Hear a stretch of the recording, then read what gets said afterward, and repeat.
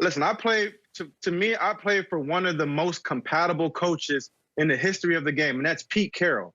Pete Carroll has been absolutely compatible with all of his players in any era, no matter what the era is. And I think we're seeing a big disconnect between Mike McCarthy and the Dallas Cowboys and Mike Nolan and that defense. And that's why you see some players who've played for these guys come out and defend them, because they say, well, he was a great coach when I played for him. But how long ago was that, right? And the game is always evolving. The game is always changing. So Jerry Jones hired Mike McCarthy based on this Super Bowl that he won a decade ago. But that was so long ago. A lot has changed. Again, the game has evolved. Players have changed, right? You got to be able to understand these players, what drives them, what keeps their attention, right? You got to be able to understand social media, pop culture, what kind of music they listen to, because the head coach, it's his job to be the ultimate people person.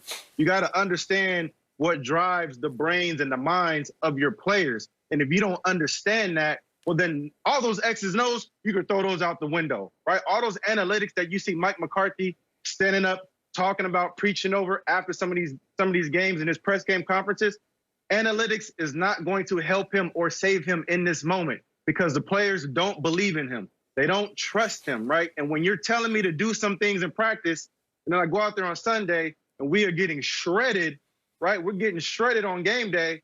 Well, then I lose faith and trust in what you're telling me. And then we also don't even connect from a social standpoint. So now you just have this big gap between players and the coaches. And that's what we're seeing happening right now. You said something very interesting in the last segment. You said Tom Brady allowed Coach Belichick to do things that probably he wouldn't be able to get away with. Yep. You do realize who Mike McCarthy's quarterback was for a decade that he was there? Aaron Rodgers allowed Mike McCarthy. Skip, we realize he had some very poor defenses. Aaron Rodgers went 15-1 in a season in which they had the 31st or 32nd ranked defense. They ended up losing in the division, the playoffs to Eli. Eli came to Lambeau Field and dropped 37 on them because the defense was so bad. And I get it. I get all that, what you're saying about you have to understand the players. You look at Coach Belichick. Coach Belichick is one that seems to evolve. They're playing Lil Baby. They're playing Da Baby. They're playing Migos. They're playing all this. They're playing all these rappers because that's what resonates with these youthful players now. But at the end of the day, I can coach you technique. I can coach you that. I can coach you your alignment. I can't coach effort. I can't coach you what DK Metcalf did. I can't coach that. And that's what I'm not seeing. I'm not seeing the effort. If I got to set the edge, I can't let my outside arm get captured. If I got force, I got to come downhill with authority no matter what. And I'm not seeing that. I'm seeing Antonio Gibson hit his head on the goalpost on a 14-yard run, and nobody touches him. He can run in the A-gap, or he could have just said, you know what, I don't even want to do the A today. I want to cut it backside and hit the B-gap. And nobody would have touched him. That's unacceptable. It's easy to say, well, the coaches and this scheme doesn't fit what I do. But at the end of the day, you still have a job to do, and they're not doing it. Sure, maybe they're not. Maybe Mike McCarthy isn't the right guy for the job.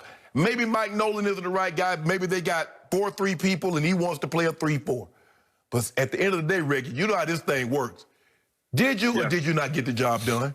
That's all I need to know. Did you or did you not? Hey, I understand that. I just need to give me a healthy baby. I understand you're gonna have pains and the heartburn and all that, but I need that healthy baby. I need the Cowboys to give me healthy play on defense. Yeah. So Sharpe, I think you made such a great point with the play that DK Metcalf made in that game, running down the defender who was going to score a pick six. That shows you that the energy, the personality of that team follows its head coach. Because we were doing those same things when I was at USC under Pete Carroll. We were making effort plays like that. But those effort plays have to come from the motivation of your head coach. So, Reggie, how did Sean Payton, your first pro coach, rank in compatibility?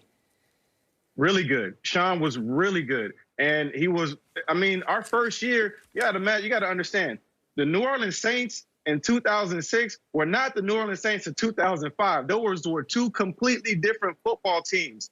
But when Sean Payton got there, he completely shifted the mindset. It was just the mindset. He didn't recreate football. He shifted the mindset of the players. He brought in some new guys like me, Drew Brees, some other players, and then helped us and then got us there to that point. But I thought Sean Payton did a great job. And he's still winning football games. He's still a great coach. So that shows you his compatibility. He understands his players. I agree. So let's hark back to preseason when all the sites, all the pro football focus type sites ranked the Dallas Cowboys as a top 5 team. Consensus pick to win the NFC East. So by all accounts, the talent was there, but there were 2 new voices at the top, the 2 Mikes, McCarthy, Nolan.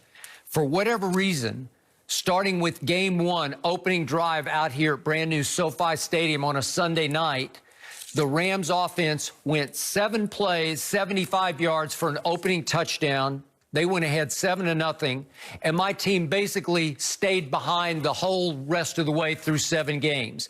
And it got worse and worse and worse to the point that against Arizona and then at Washington, my team just flat out quit on the head coach and on the new DC.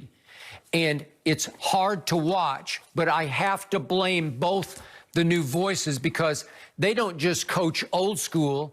To Reggie's point, they just coach old. You know, their mindsets are just old. They are completely disconnected from this whole team.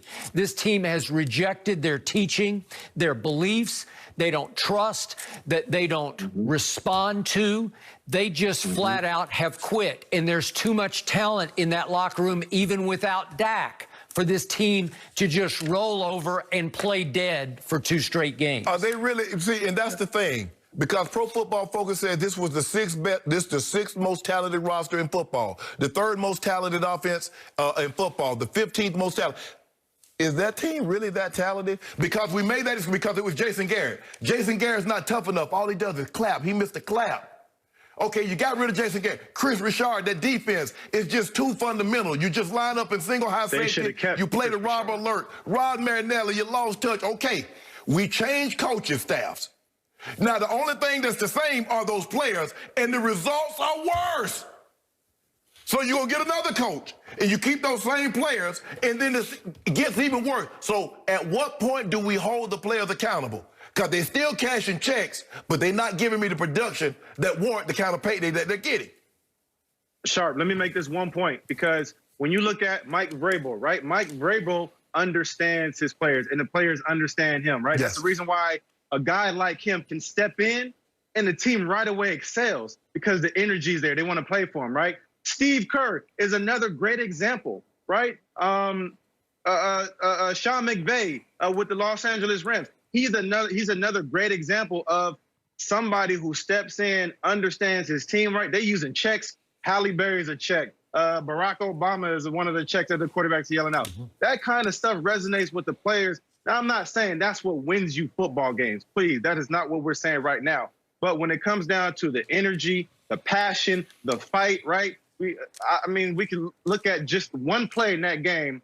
One play describes the entire team of the Dallas Cowboys, and that's when Andy Dalton got hit in the head and none of the players jumped on Bostic. That told me everything I needed to know from just watching one play. You watched the Rams last night on that 4th and 1.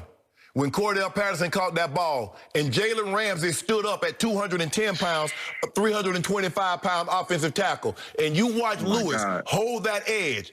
When you set the edge or basically keep contained, man, them Jones get right the edge on the Cowboys anytime they want to. From Odell to Kyler Murray to Antonio Gibson to Kyle Allen, it doesn't matter the player. They giving up the edge left and right. That's not coaching. That's guys not doing their responsibility. Yeah, yep. Ramsey example makes a lot of sense there, Shannon. Reggie, always a pleasure. Thank you for joining us this morning. We'll check in with you soon. Coming up next, guys, an NBA legend is saying LeBron's latest ring deserves an asterisk. We'll give you the details after the break. What else?